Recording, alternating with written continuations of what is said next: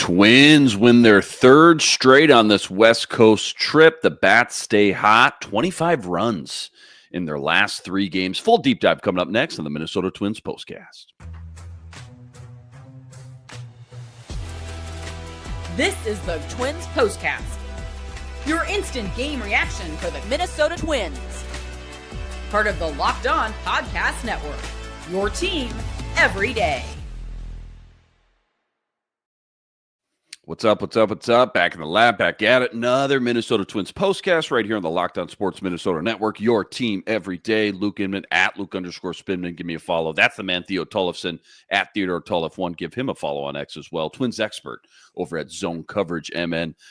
Theo, here's the deal, man. Twins are beating up on a bad team right now. I get it, but wins are wins, right? They all count the same in September. When you look at the last month, right, when they really turned things around, 13-game win streak, all that, who's been a catalyst for them, or even like an unsung hero at the plate? Because, you know, the pitching has always been the bedrock, the foundation from day one. We know that. It's always been the bats, though, that we've been waiting to kind of catch up. Which guy or two has really started to catch up and make this lineup pop just a little bit more?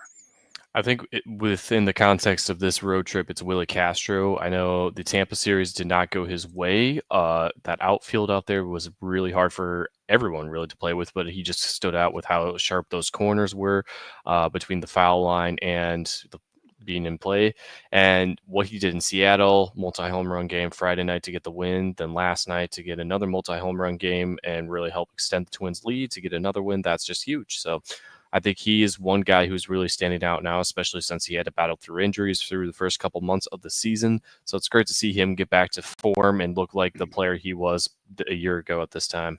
Yeah, well said there. Lots to get into. Game MVPs from last night and tonight, plus a little update on Pablo Lopez. You're going to want to stick around for that. It's not great. He left the game early last night as well. But first, quick reminder, tonight's episode brought to us by Game Time. Game Time, download the Game Time app, create an account, use code LOCKEDONMLB for $20 off your first purchase. All right, so still on this long, it's been it feels like a long West Coast trip. Thanks for staying up late with us tonight. Last night, you just mentioned it, Willie Castro, not one but 2 bombs, back-to-back plate appearances. That was a lot of fun to see. Twins just keeping the bats rolling, though. 10 runs. They win game 2, 10-3. Tonight, they start things off with a Ryan Jeffers solo shot, second at-bat of the game. They're up 1-0. Fifth inning, more home runs for the Twins. Harrison Bader this time. That was a 2-run shot. That scored Royce Lewis. 3-0. 2 more insurance runs in the 8th. They go up 5-1, and you know, that's pretty much your ball game. 34-27 now on the year. Again, just loving this offensive outburst we've kind of all been waiting for. 25 runs in their last 3 games. That's over 8 runs per game. Biggest takeaways, topics, I guess. What stuck out the most before we get to Pablo? What stuck out the most the last 2 nights? The offense is really just repeating its success. I mean, last night was the first time in all season they had back-to-back games with 10-plus runs. Well, 10 runs or more, better way to phrase it. And tonight they've already gotten to 6 here, and they're just adding on in the top of the ninth. I know we started this one early, but I mean, the offense is coming alive. Granted, this is a very hitter-friendly ballpark, so you're hoping they're just getting some good practice in, and they can go from there. Ryan Jeffers just singled, another RBI. Vasquez scored. Buxton a third. Got 2 on right now in the top of the 9 again. Twins up 6-1. So Pablo, that's the topic, as it should be. Pablo left last night's game earlier than expected. Nobody knew what it was. He wasn't reaching for his quad or hammy, which is usually what you would do if that was, was the case. That was the injury. Ends up being shoulder tightness. That's what we find out late last night, early this morning. What have you heard? Any update? And if not, I guess 1 to 10, how worried should we be right now? Just with the information we got. Yeah, so the Twins did provide an update in the middle of this game. He has a grade 2 lat strain, and so he's going to be out 8 to 12 weeks to recover from that. He's got a whole month where he's not going to be throwing at all. So this is just a recent update, and this is the same exact injury Joe Ryan had last year to end his season. So the upside is there is still enough time for Pablo to rest and recover and return to the Twins rotation as things heat up in August or September, depending how long his recovery timetable really meets. That's 8 to 12 weeks is really that sweet spot. So August is a strong possibility, but September could still be a more strong realistic. possibility. Well, I'd say mid-August is the most realistic, but Okay. I would not say anything before even like August 5th.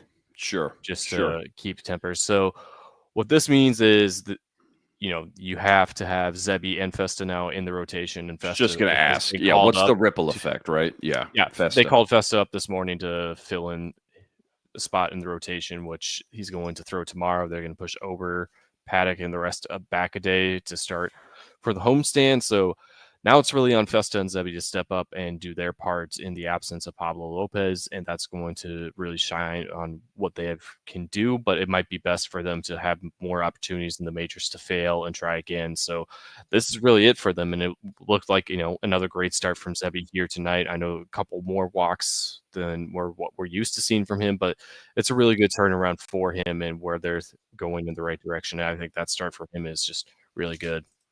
How worried? How worried? Just knowing what we watched last year with this Twins team. And again, there's 5 guys in every rotation. Joe Ryan was just one of the 5. But just seeing the way this team kind of wore down towards the end, Joe Ryan not being a big catalyst part or core part of what we all thought he should be, obviously, before the injury had happened. So how worried are you? Again, sounds like we should get Pablo back, which is great to hear. But yeah, obviously, that's your guy. That's your number 1 ace, and that hurts. Yeah, I'd say a 3 or 4 right now because you have much more experience for Matthews, Festa, and Simeon Woods Richardson, although he did not have the best start at AAA last night, but that's okay.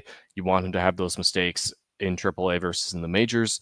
So these guys have a lot more experience out the belt, and also take into consideration Chris Paddock is looking as sharp as he ever has in the majors, and that is a huge thing to really hone in on. So I think things look better on the starting side. It's really just a matter of can the offense, really build off of what they've done here in, I want to say Oakland, but Sacramento is the actual location where the Oakland Athletics are playing. So as long as they can just do something and just build off this offensive hot streak they've had in this minor league park and make sure it transfers into Target Field for the next 2 series and keep building off that. And obviously the weather's getting better, so the ball's going to carry better. So it's all looking like things are heading in the right direction. So it's just a matter of keeping this momentum off of the weirdest road trip you're going to have all year and probably in the next 5 years. Yeah, no kidding. Well said there. It just feels like more pressure now on an offense. Again, that is showing up. They are producing, but with the pressure on them a little bit more, it's going to be a little bit different for sure.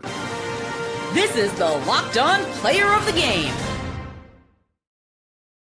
Let's do some bonus time. I want 2. I want an MVP from last night's 10-3 victory and then tonight's game as well. Who are they and why? I would say Castro last night, as we already discussed, and then tonight I would. I think Jeffers is definitely worth some consideration. I would say Matthews, getting solid 5 innings, 1 earned run, but I think this bullpen holding it together once again. They still have 2 more outs to go, so let's not get ahead of ourselves. It's not the sexy answer, right? In a 6-1 victory, you think there's got to be a guy at the plate that just stepped up like Willie did last night, right? But I'm kind of with you. I feel like Zebi gets you 5, but it's the bullpen, man. It's the bullpen at least deserves a little spotlight and love, right? Because they didn't get these extra 3 runs until later in this game. Eighth and inning. I think we could really hone in on where the turning point was and the specific reliever who really contributed to that. Yeah, well said there. Plenty more deep dive. I want to continue our conversation we started 2 nights ago on the Twins' top prospects, according to ESPN. That's all coming up, though, right after this. Quick reminder, tonight's episode brought to us by FanDuel. FanDuel, America's #1 sportsbook, an official sportsbook partner of the MLB. Right now, FanDuel is giving you a chance at a huge return. $200 in bonus bets guaranteed when you win your first $5 wager. Why I love FanDuel. When you get the hunch in the middle of the game, go check out the latest stats, view live play-by-play, and so much more, all on the same page where you place your bets. Again, $200 in bonus bets guaranteed when you hit your first $5 bet. Go check it all out over at FanDuel.com. Get on some MLB future action while you're there. Twins sitting at plus 150 right now to win the AL Central. It's all sitting up over at FanDuel.com. Again, check it all out over at FanDuel.com and get $200 in bonus bets guaranteed when you win your first $5 wager. FanDuel, America's #1 sportsbook, an official sportsbook partner of the MLB. Nerdy stat of the day. You got any nerdy stat of the day? Crazy stat, fun analytic, Twins related. Could be about last night's game, tonight's game, or just kind of big picture. Not too much to really look at in the last couple of games. I think the big one I was able to get from the broadcast is just that Willie Castro is the first Twin since Chili Davis to have a multi-home run game while getting a home run from both sides of the plate.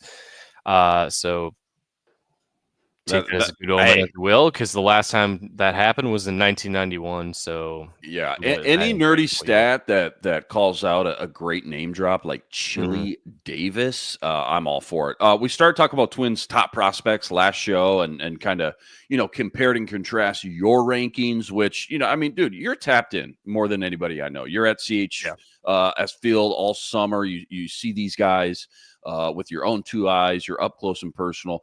You mentioned, and I thought it was noteworthy, Charlie Soto, who's number 4 on ESPN's top 10 Twins prospects, was much lower on your rankings, and I get it.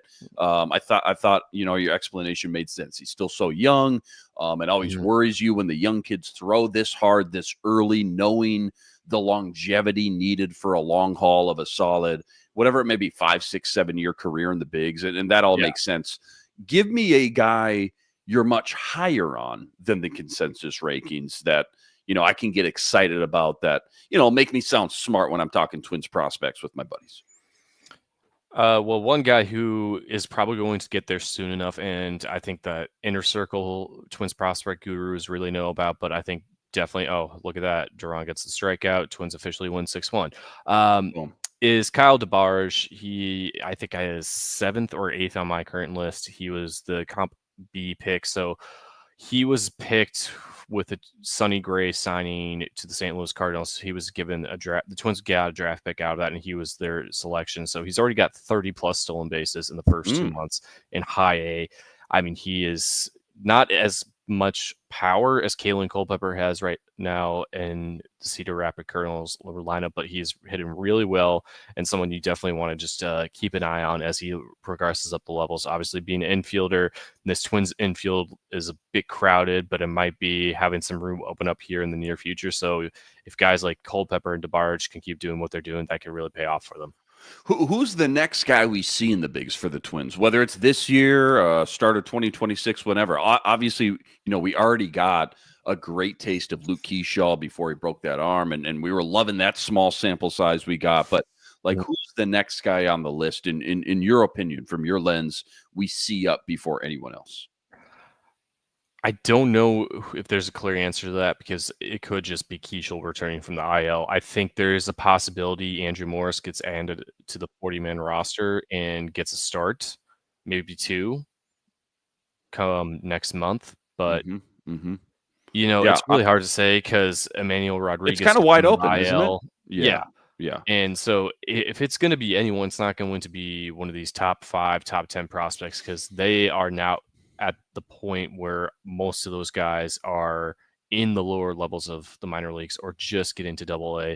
It's not as many as the Tigers have, because I think all but one of their top 10 prospects that I ranked for pitchers list is all the rest of them are in the lower levels on the minors, except one guy. Yeah. So that's kind of where the Twins prospect farm system is heading with their top 10s.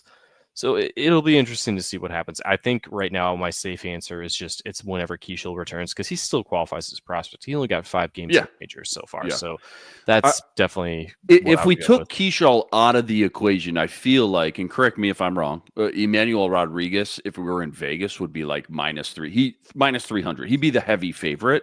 But knowing he gets hurt, and he's already hurt right now, what about a guy, just thinking about the Pablo injury now?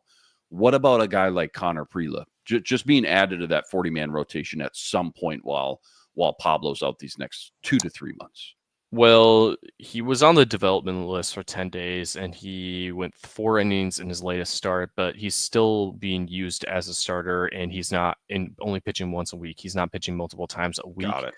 And I think there's still that next steps of, if he gets up to AAA, which is very possible here in the near future, he needs to be worked out as a reliever, because he's going to be much more effective out of the bullpen long term than he will be as a starter. So, they got to start getting things ramped up. And I think they just want to test him out for, 8 to 10 starts to see how long and how deep he can get into games. And then they will transition him into the reliever full time and see, okay, can you pitch 2-3 times a week and do that at a consistent basis? And then maybe come August.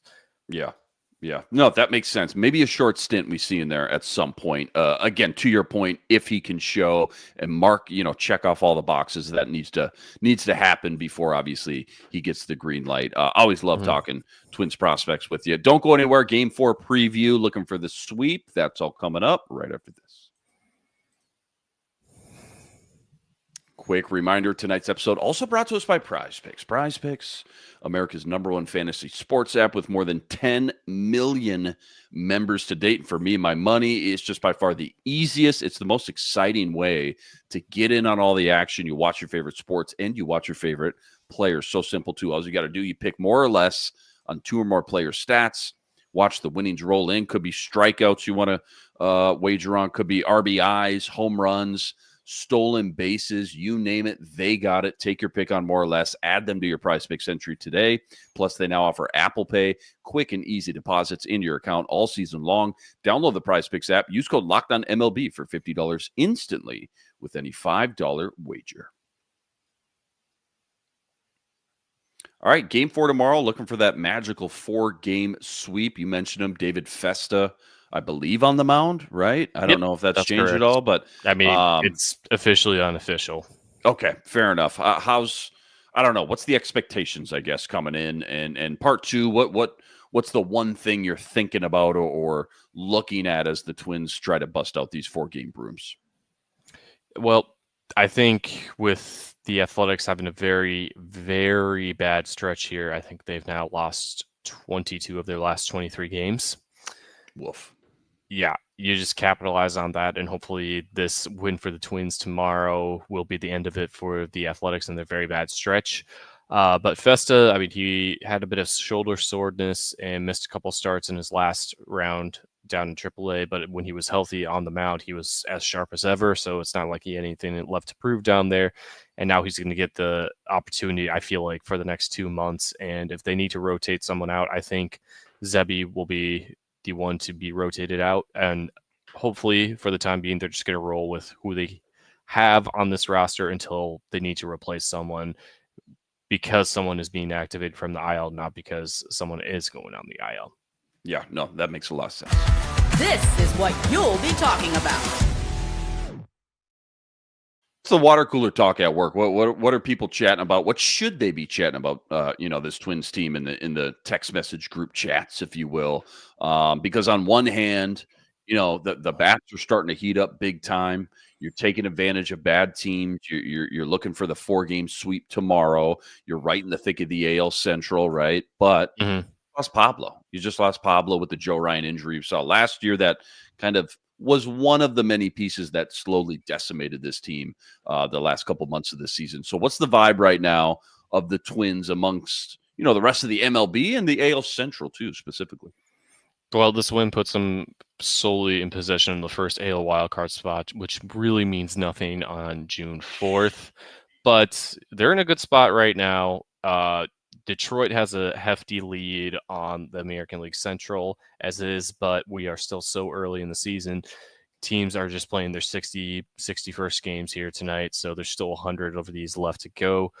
There's a lot of road ahead, and it's for what the Twins have going on. They have a schedule where they only have one American League Central division matchup between now and August 1st, and that's Detroit at the end of this month. So, beat up on these non-divisional opponents. Get as many series wins as you can in here and just roll on that, and hopefully it can be a lot closer standings when push really comes to shove, when you're meeting up with all your AL Central opponents on a frequent basis to end the last 2 months of the season. Yeah, love it. Can't wait for that. Twins take the first 3 from the A's, 6-1 victory tonight. Zebby Matthews goes 5 strong, 26 runs, by the way, in their past 3 games, 34 and 27 now on the year, 7 games above 500. Huge shout out to all you guys, all the everydayers out there that always make us your first listen. All you guys coming in the chat with us from game to game. Make sure you like and subscribe. Check out all Theo's work on X at Theodore Tollef1, plus all the work he's always ripping up over at zonecoveragemn.com as well. Luke Inman on X at Luke_Spinman. Again, game 4 tomorrow. Finally got an afternoon game, 2:45 first pitch. David Festa on the mound. We'll catch you right here. Same time, same place. But until then, signing out.